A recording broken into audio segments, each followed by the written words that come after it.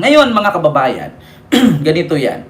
Si OG Diaz, si OG Diaz, mga kababayan, mismong si OG Diaz ang nagsabi na may banat kay Tio Moreno. Naku po, mga kababayan, kahit si OG Diaz, bobo naman ni Tio Moreno, doon pa naman yan.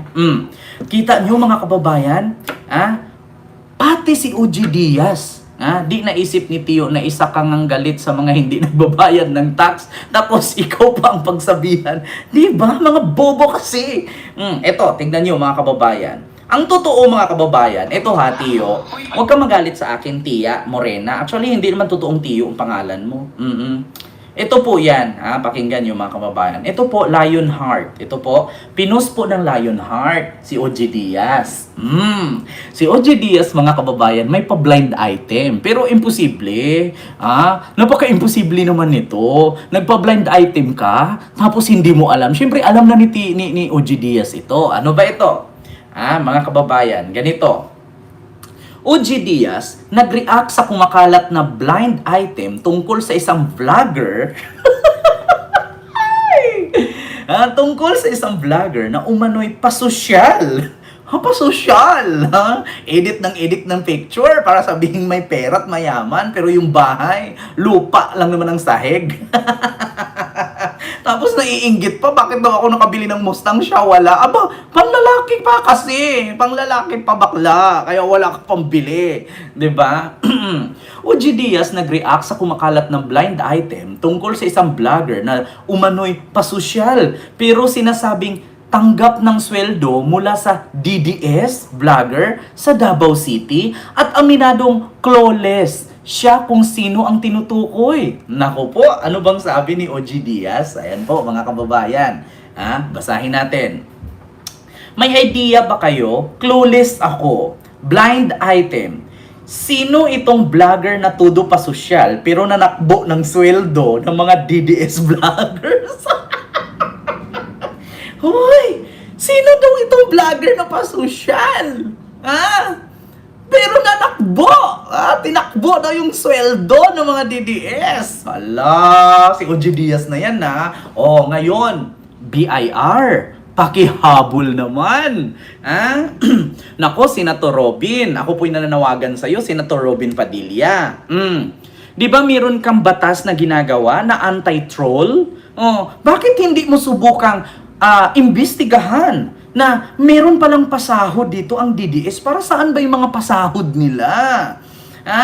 Senator Robin, ako po'y nananawagan sa'yo. Bakit hindi mo po iimbestigahan? Oy, ito PAOK. PAOK. Ano pa? Sino pa? Si IDJ. NBI. Baka naman, pwede ninyong imbestigahan ito. Kasi, according nga kay Senator Robin Padilla at pati kay Yussi Claire Castro, inisyuhan nila na si Yussi Claire Castro daw ay may troll farm.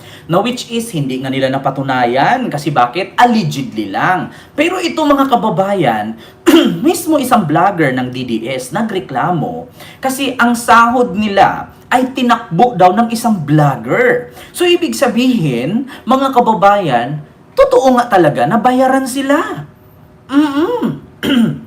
Diba?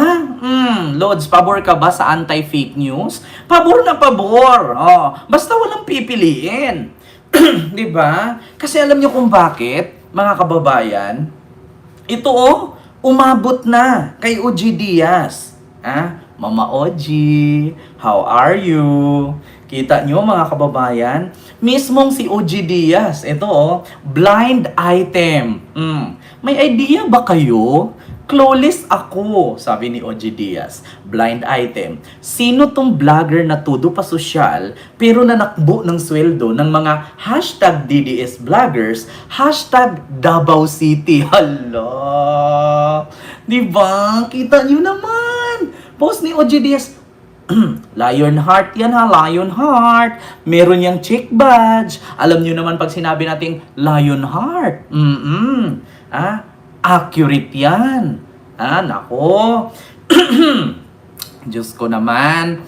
Mukhang kailangan natin magtawag. Oy, ako po'y nananawagan. Sino po bang senador dyan na anti-troll at anti-fake news na ang kanyang ginagampanan, no? Sa mga, nako, Diyos ko po, mga kababayan. Sino ito? Hala. Oy, may ads po tayo mga kababayan. Huwag po kayo mag-skip. Maraming salamat po. Ha? Mamirian Suzuki, hello po. Mama Jordan. Nako, nagtatanong lang po, sino po ito? Sino po itong vlogger na to na pinaparinggan ni OG Diaz na kung saan wala daw siyang idea or clueless daw siya? Ano daw? Bakit hindi pa naabot sa Senate ang anti-fake news? Alam mo, Chris Rian Algodon, wag mo akong tanungin yan. Bakit? Hindi ko po trabaho na magpaabot niyan doon. Trabaho po ng mga senador yan. Diba? Kung gusto mong makarating agad, ihatid mo ngayon. O kung may opisina, or bukas, o linggo bukas, sa Lunes, ihatid mo doon. Bakit? Pati ba naman yan, poproblemahin ko? Na? Pati ba naman yan? Anong kwenta ng mga senador dyan na sinasahuran? Diba? May hindi nila trabahuin yan. Pati ba naman yan, ako pa magpoproblema? So kapag kaswerte naman nila na sumasahod sila ng 300,000 a month, diba? Tapos hindi nila tatrabahuin yan. Hindi ko na trabaho yan, yung mga anti-fake news na yan. Diyos mio marimar. Ngayon mga kababayan, ito nga ngayon ang tanong, sino nga ba? Sino nga ba ito? Naku, nagtatanong lang ha, mga kababayans. Sino nga ba itong vlogger na to na pinaringgan ni OG Diaz na kung saan, puro pastudo pa sosyal, pero nanakbo ng sweldo ng mga DDS vloggers? Naku, Davao City daw, hashtag. Hala, Diyos ko mga kababayan. Diba, Ma'am Christine? Hay nako, sino kaya ito? Sige, basahin nga natin. Sir Kenry, basahin natin. Ay, may nag-comment na bubong DDS. Unsubscribe na ako sa kanya. At di na rin ako nanood sa mga vlogs niya. Mahina siguro engagement, kaya nagpabayad ng ganyang pa-post. Sabi dito, ay mga DDS to na nagko-comment. Ito, sarcasm kasi yung akla. Uto-uto, katalaga, ha. Ito pa nakalagay. Abangan na lang natin sa 2028. Basta itong future president ko panalo 100%. Naku, nakakita na naman ako ng nagpurong-purong na naman na bobo. Natakpan kasi ng abaya yung ulo, kaya yung utak nakulob.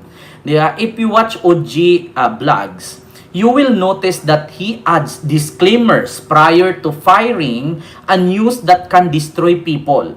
That way, he can always say it wasn't his fault. He's ruined people with his unverified chismis. Tapos, sa kanya ipagdiinan yung disclaimer niya at the end. Kaya nga siya kinakasuhan ni Bia Alonso. Sabi niya dito, OG has no reputation. Sabi ni Pau Andrade. Actually, mga kababayan, nag-share lang si OG sa post ng iba. 'Di ba? Nagtatanong nga siya, bakit may sinabi ba si OG dito? May sinabi ba si OG na pangalan? Nagtatanong siya. Kaklarong-klaro naman, mga DDS, Diyos ko naman, bakit kayo nasaktan agad? Apaka-guilty nyo naman. Sabi ni OG sa post, si Papa Vince, Papa Vince, shinare niya lang, nagtatanong nga siya may idea ba kayo? Flawless ako. Wala namang sinabi si OG Diaz na pangalang Tio Moreno. 'Di ba? Oo kailangan pa bang i-memorize? Si Tio Moreno lang naman ang nag-post niyan, kaya siya nasabihang tinakbo ang sahod. Kasi pinost nga naman niya. 'Di ba? At kaya nga siya nasabihang bayaran sila. Kasi bakit ba naman kasi magpupus ka ng ganyan? Alam naman ang utak ng mga DDS. Alam yung mga DDS, minsan kasi, huwag niyong gawin sa kapwa niyo kung ayaw niyong gawin sa inyo. Diba? Kapag nga si PBBM nag-post na kumain, sasabihin ninyo agad, kakatapos lang magkukin yan, kaya gutom. Diba? Tapos pag kayo mag-post, tapos napag-isipan kayo ng hindi maganda, guilty kayo. Kung hindi naman pala maganda, hindi pa naman pala totoo, bakit kayo nagagalit? Diba? At higit sa lahat, walang sinabing pangalan si OG Diaz.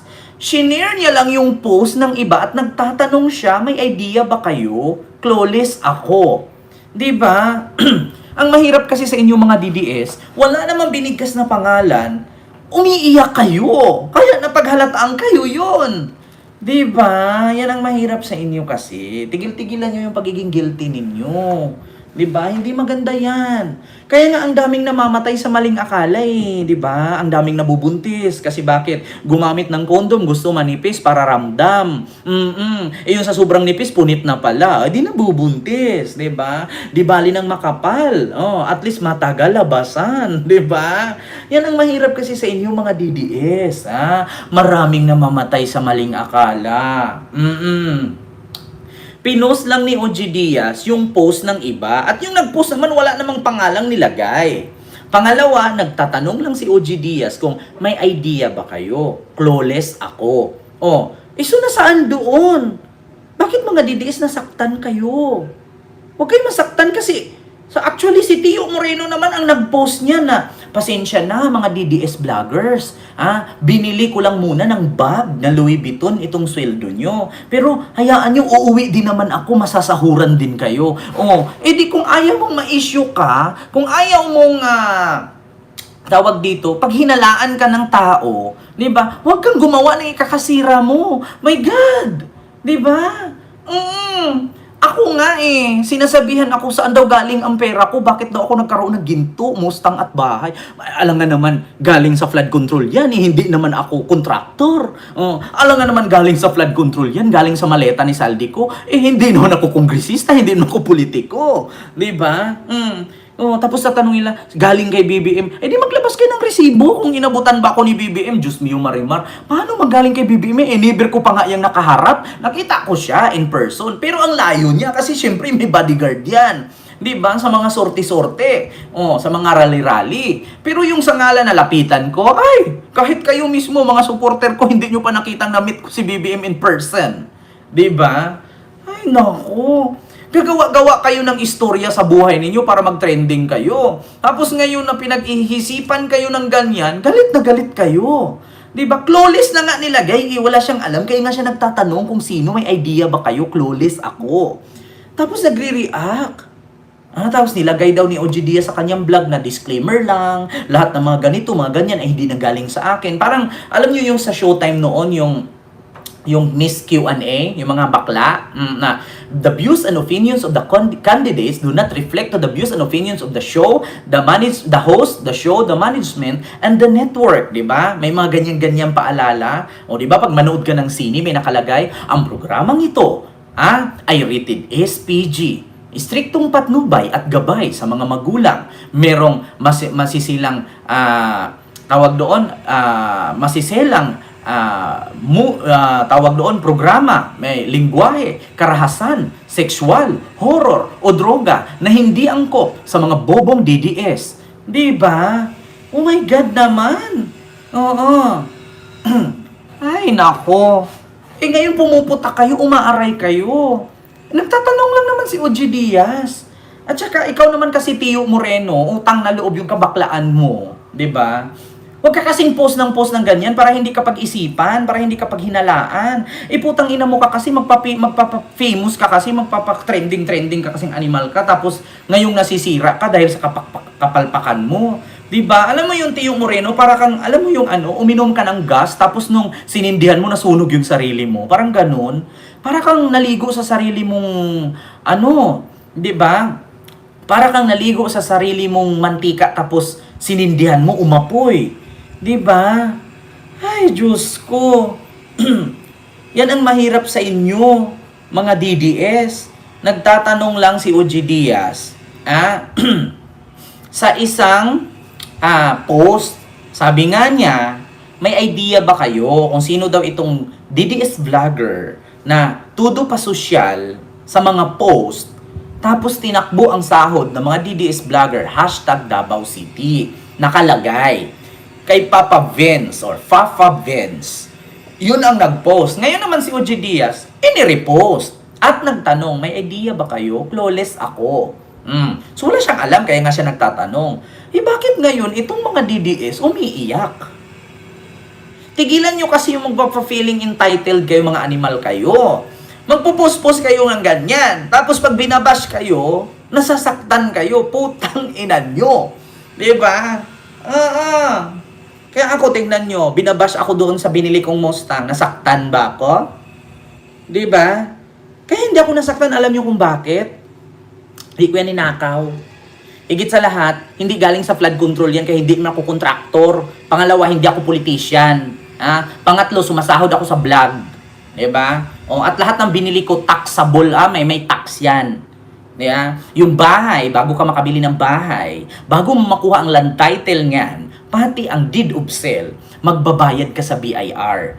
Pag bumili ka ng sasakyan, yung binilhan mo, nagbabayad ng tax at kinaltasan ng tax yan. Pag bumili ka ng ginto, may tax din yan. Huwag tanga. Diba? Yan ang mahirap sa inyo, mga DDS. Ang sakit kasi ninyo, ay bobo kayo. Diba? Mga bobo talaga kayo. Mga inutil. Ay, Diyos ko. Anong klaseng mga nilalang ba kayo? Bakit kayo nagkakaganyan? Tigil-tigilan nyo yan. Tigil-tigilan nyo mga DDS. Yung mga nararamdaman ninyo. Hindi maganda yan. Wala namang name drop, walang pinangalan. Diba? Ako lang nagsabi na si Tio Moreno. Kasi pinost ni Tio yan at si Tio lang ang na-issue niyan. Kailangan pa ba nating i-memorize? Si Tio Moreno naman talaga yung kinaladkad dyan patungkol sa post niya na tinakbo daw di umano. Itong sahod at binili daw niya ng Louis Vuitton na coin pearls or parang bag na maliit. Tapos sabi niya, pasensya na, uuwi din ako, makakasahod din kayo. Sa madaling salita, kaya na-issue sila na, bakit may pasahod? So, ibig sabihin, bayad sila. Kasi DDS vlogger pasahod So, ibig sabihin, bayad sila. Yan ang mahirap sa inyo, mga guilty kasi kayo. Diba, Ma'am Edita? May ads po tayo. Po kayo mag-skip. Salamat po. Mga guilty kasi. Kaya tigil-tigil nyo yan. Hindi maganda yan. Puro kabubuhan.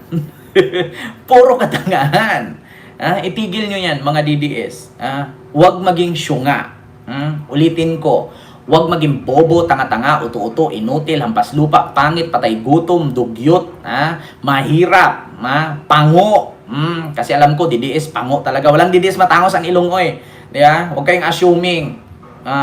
Tapos meron pang nagtanong sa akin, kadami-daming pera, kadami-daming ginto, hindi daw ako nagpa-rhinoplasty. Uy, my God! Wala sa bokabularyo ng taong matalino na kapag may pera, unahing magpaganda ng ilong. My God! Kapag ikaw naging mayaman, mga DDS, may nag-comment kasi doon. Di ba, puro ako ginto, tapos nabili ako ng Mustang. Sabi ng mga nag-comment, kadami-daming pera, namumuliti sa ginto, bakit hindi nagpatangos ng ilong? Huy, my God!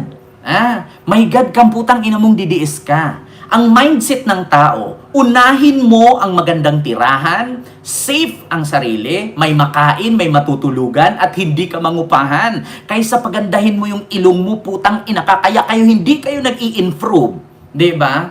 Kaya hindi kayo yung mayaman mga putang ina nyong DDS. Kasi ang nasa mindset ninyo, pag nagkapera kayo, nagpapabago ng ilong, tang ina nyo. Hindi mo kailangan ng rhinoplasty, mga animal kay mga DDS kayo. Yan ang question nila sa akin. Ang dami-dami ko daw ginto, hindi daw ako nagpabago ng ilong. Hindi ko na kailangan magpabago ng ilong as long as nakakahinga ako. Kasi bakit? Magpabago ka man ng ilong o hindi, ibabash ka pa rin. 'Di ba? At least ako, kung sakali man na magpabago ako ng ilong, hindi galing sa nakaw, sa pera ng taong bayan, na ipang barbar ko dyan at ipang sayaw-sayaw ko at tawagin ako na Nepo Baby. Hindi ko trabaho ang magpatangos ng ilong at pumunta kung saan-saang bar at magmamariwana na galing sa build. Diba? Hindi ko trabaho yun, mga DDS, tanga. Kaya ito tandaan ninyo, mga DDS, bago kayo magpaganda ng hitsura, unahin nyo na may matulugan kayo, may mahihigaan at masisilungan kayo, at may masasakyan kayo, putang ina nyo. Kaya hindi umuunlad ang mga buhay ninyo hanggang inggit na lang ang nalalaman ninyo 'Di ba? Kasi mas inuna ninyo ang kagandahan ng mukha na hindi naman nasasangla, 'di ba? Yan ang unahin ninyo, mga DDS, mga putang ina nyo, 'di ba? Pag nagkapera kayo, unahin ninyo yung mga masisilungan at matutulugan, masasakyan, at matitirhan ng hindi ka mangupahan, putang ina mo. Huwag mong unahin yung pagpapaganda ng mukha mo kay hindi nasasanglayan, tang ina mo ka. Matangos nga ang ilong mo, tas bukas wala ka namang kakainin, putang ina mo. 'Di ba? Yan ang mindset ng DDS. Yan ang mindset nila. Kapag nagkapera, magpapaganda. Putang ina. Isipin mo, gumastos ka nang bumabalik sa'yo. Bibili ka ng pampatangos ng ilong. Pag wala kang makain, masasangla mo yung putang inang ilong mo yan. Diba? Si Sarah nga, amoy putok, hindi nga niya mapagamot-gamot, kalaki-laki ng confidential fund niya. Diba? Yan ang isipin ninyo, mga DDS. Advice to, walang bayad. Pag kayo nagkapera, unahin nyo na may bahay kayong matutulugan na hindi ka mangupahan. Pangalawa, magnegosyo kayo na meron kang hanap buhay at hindi ka magnakaw. Katulad ng idol ninyo. Pangatlo, i-secured nyo ang kinabukasan ng anak ninyo at insurance ninyo para anytime pag na-disgrasya kayo, may mabubunot kayo. Huwag yung unahin na pag nagkapera kayo, nagpapatangos kayo ng ilong putang ina nyo. Ang ilong nyo, pag napatangos yan, nandyan yan, pero hindi yan masasangla. Diba? Ay, nako. Diyos ko, aminado kayo. Gusto nyong gumanda. Mga bobo na nga kayo, magpapaganda pa kayo. Walang kwentaanin mo yung tangos ng ilong mo kung bobo ka naman. 'Di ba? Wala rin. Yung katangusan ng ilong, pag wala kang bigas, di mo mayan masasangla. Tang ina mo. Kung gusto mo magpa-rhinoplasty, 80,000, ibili mong gold yan. After 3 years, ang laki ng tubo. Tang ina mo. 'Di ba? Putang ina nyo, iyak na iyak kayo. Nung inisyo ni OG Diaz kung sino ito. Maputragis na to. Ay, nako, mga kababayan. Diba, Mamirian Suzuki? Ay, nako, Mikolski TV. Mga DDS nanood sa akin, putulin nyo ito. I-upload nyo kahit saan, walang problema. Ito'y panawagan ko sa mga DDS. Ulitin ko. Bakit daw ako mas inuna kong bumili ng Mustang, gold at bahay, hindi daw ako nagpatangos ng ilong? Hoy, putang ina mong DDS ka. Mas unahin ko yung matutulugan ko, masasakyan ko at makakain ko. Kasi ang ilong, pag ipinagawa mo yan, hindi yan masasanglak sa panahon na wala kang pera. 'Di ba? Mga DDS, tang ina nyo. Kung ganyan ang mindset ninyo, ay, panatilihin yung DDS kayo. Wala na talaga kayong pag-asa. Diyos ko naman, hindi ba kayo pinangaralan ng mga magulang ninyo? Pagka umahon kayo sa kahirapan, ilong agad ipapagawa? Putang ina nyo! Diyos ko naman! Si Digo nga, 37 million ang pera, pero bilyon na naubos sa dahig. Question ko ba? Si Digong ang salin 37 million. Pero ang binayad niya kay Kaufman, 1.6 billion na. Question ko ba? Samantalang ako, na napakatagal kong inipon niya, nakabili ako ng bahay, sasakyan, sasabihin nyo saan galing? Tanungin nyo muna si Digong Duterte. 37 million ang salin. Pero yung sahod ng abogado niyang si Kaufman, bilyon na. Bakit hindi nyo tinanong? Diba? Yan ang isipin ninyo. My God, I hate drugs. Oh my God. Diba?